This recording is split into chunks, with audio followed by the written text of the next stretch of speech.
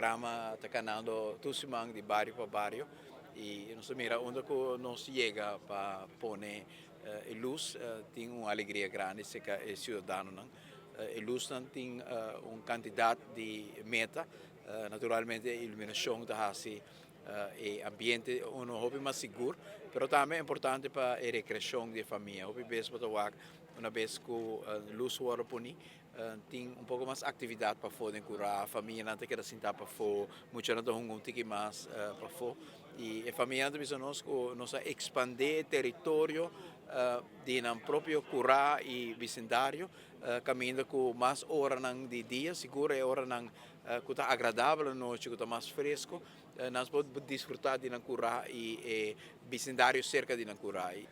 Nós temos mais ou menos uns 2 para 3 mil luzes de LED que está vai punir, quase 9 mil que está eigenlijk cambiar for o sistema convencional bio com um sistema muito mais eficiente, pero se está assim também que nós propõe 3, 4 mil extra de bairro que nunca estava tendo corrente. Este que propõe é clinker e vai eliminar stuff e vai criar ambiente hobby placentero para a família que vai eliminar stuff e vai ser esteticamente mais bonita também.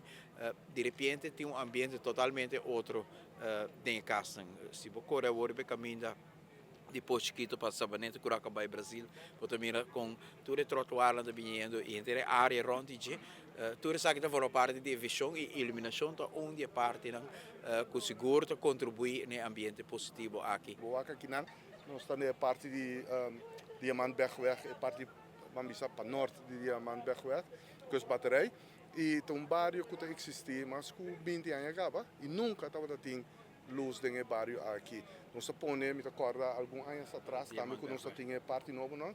Diamantbergweg, mas leu para trás, que as baterias, nós estamos aqui na Anto, e nós somos contentes. Mas é para o primeiro-ministro, interação, intercâmbio, de vizinha, vira mais fácil para si, se não tem luz dentro do bairro, tem escuridade.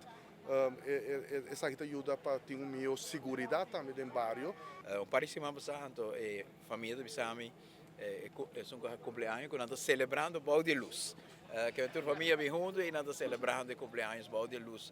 Se está na Sabana Livre. Então, é uma indicação que tem coisa que está parte chiquito, mas coisa chiquito para pessoas que a Bíblia hobby de escuridade, uma iluminação assim, da traz claridade, dá ambiente hobby diferente, de festa, de celebração, de esperança e nós estamos contentes que nós podemos contribuir com isso.